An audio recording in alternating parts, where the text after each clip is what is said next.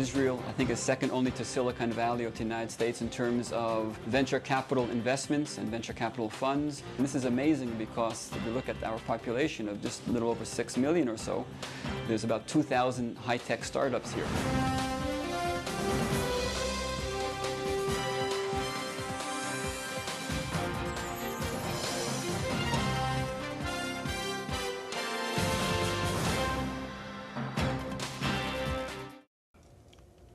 We've been reporting on how a generation of America's best and brightest students poured into the world of finance, a world now in global collapse. What if more had gone into the sciences and technology? What might that have looked like? It turns out that halfway around the globe, there is a country that built a vibrant economy on the basis of its best young minds doing exactly that. But this country is mostly in the news for different reasons. Israel celebrated its 60th birthday this year, and while its conflicts with its neighbors remain a cause of international concern, it's quietly been building one of the world's strongest economies by investing in what it considers its best national resource, its people.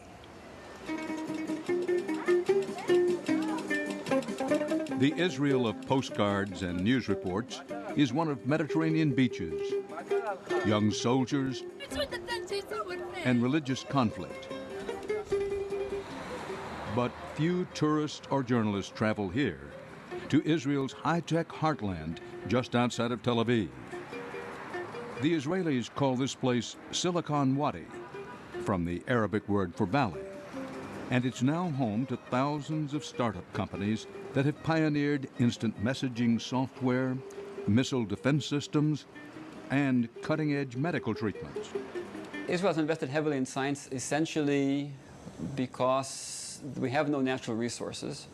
Niles Fleischer is Vice President of Business and Product Development for Nanomaterials Limited. Their signature product is a lubricant that makes car engines more efficient. Fleischer moved to Israel from the United States 25 years ago, at the beginning of Israel's tech boom. Many immigrants to Israel come because of anti-Semitism. I came here because I saw a great opportunity, especially in the high-tech field. His company's technology is being applied to everything from bulletproof vests to flat-panel televisions. Even the U.S. Army is now calling, and a tech journal named the company one of the most innovative in the world. Israel, I think, is second only to Silicon Valley or to the United States in terms of venture capital investments and venture capital funds, in terms of the number of high-tech startups. And this is amazing because if you look at our population of just a little over 6 million or so, there's about 2,000 high-tech startups here. Israel spends a higher percentage of its GDP on science and technology than any other country in the world. And the world's biggest names are setting up shop here. American investor Warren Buffett bought an Israeli precision metalworking company in 2006, his first investment in a non-American company. Israel has more scientists and engineers per capita than any other country. Many credit an influx of educated immigrants from the old Soviet Union, a high-tech military where most Israelis must serve, and a strong educational system. A shining example of that educational system is the Weizmann Institute of Science. It's a world-famous graduate school focused on science, and its campus of nearly 3,000 students and staff buzzes with intellectual energy. Not only is the scientific society in Israel generating products and tools and techniques and useful things, it's also generating brain power as a commodity, and that brain power is being exported all throughout the world. So you put the tetracycline on this side. Debbie Fast is an American-born biologist at Weizmann Institute who studies proteins, including those involved in HIV. She says her attraction to Israel was the tradition of investing in younger scientists. Another factor that fosters innovation in Israel is the fact that younger scientists in general are given extra support. I definitely experienced that as a new scientist in Israel, that I was encouraged and supported and funded for my ideas at an early stage before I had really proved myself as an independent investigator. In other countries, science is a more mysterious endeavor, slightly suspect. aspect. And in Israel, there's a great trust in science from the general populace. People appreciate science as something that could potentially benefit their lives. The Weizmann Institute is a good yardstick for measuring Israel's relationship to science and technology. It was founded by Chaim Weizmann, a world-famous chemist in the 1930s, before the country of Israel was officially established. Weizmann would become Israel's first president, merging science and statecraft at the nation's birth. In recent years, the Institute has become a world leader in many fields. And I talked about that with Weizmann's president, Daniel Zoffman, a Belgian-born physicist, on one of his recent trips to the United States. What would you consider to be the most important accomplishment of the Institute so far? One is not a scientific accomplishment. It's the fact that we have generated for the last 50 years about 25 to 30% of all the PhDs of science of the State of Israel. And if the State of Israel has been changing itself from a country exporting oranges 20, 25 years ago to a country exporting technology, one of the reasons is because we had the right people and the right educational system to promote these people to a level that they could drive the economy to the industry.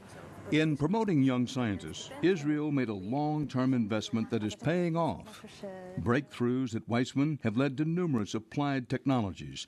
Last year, Weizmann earned over 200 patents and $100 million for discoveries ranging from high-security encryption to drugs that battle multiple sclerosis and cancer. While this makes the Weizmann Institute a driving force in Israel's economy, Dr. Zoffman and the other scientists here don't apply their research to fill specific technological needs or develop products. When people try to support science, they choose a subject. We will support nanotechnology, stem cell research. It's fine, but that's not the way to act. And I think what is really very important at the Weizmann Institute and in Israel is the freedom you have to innovate, and that's what I think we can maybe teach. Remarkably, in a country concerned with day-to-day survival, the Institute is betting on the long term by dedicating itself to what is known as basic research. Basic research or curiosity-driven research is about finding answers to questions you cannot even ask.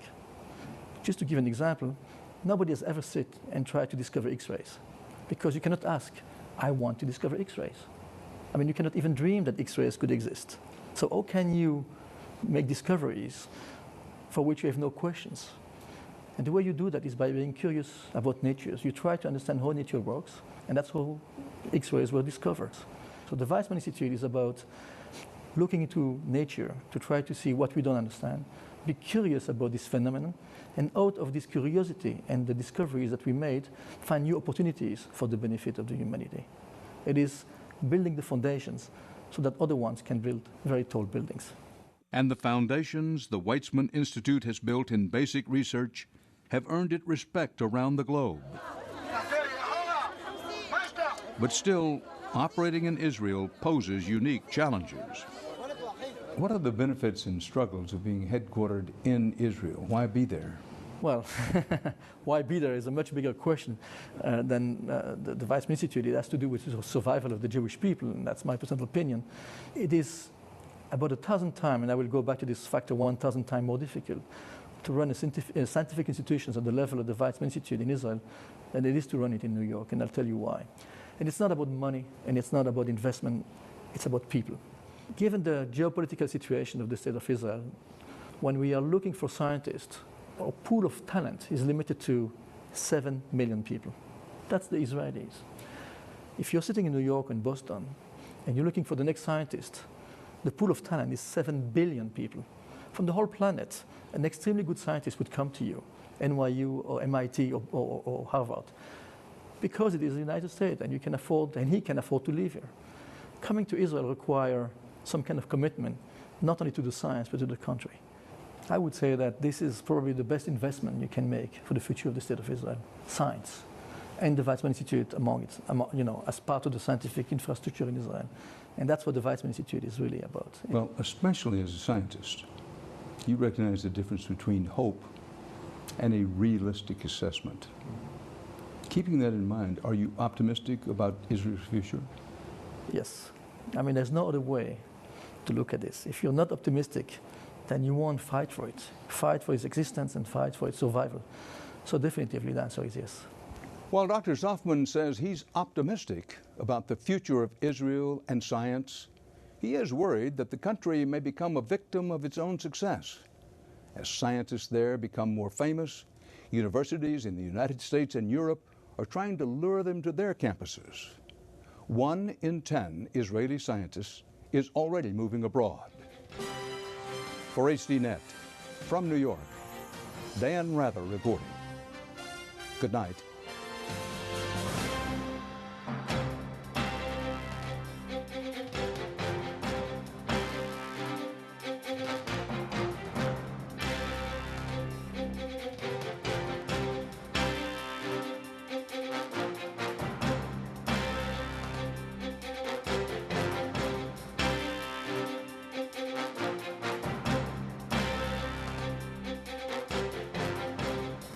If you would like to add your name to an email list for information on upcoming programs, or if you would just like to send a question or comment, please email us at viewer@hd.net.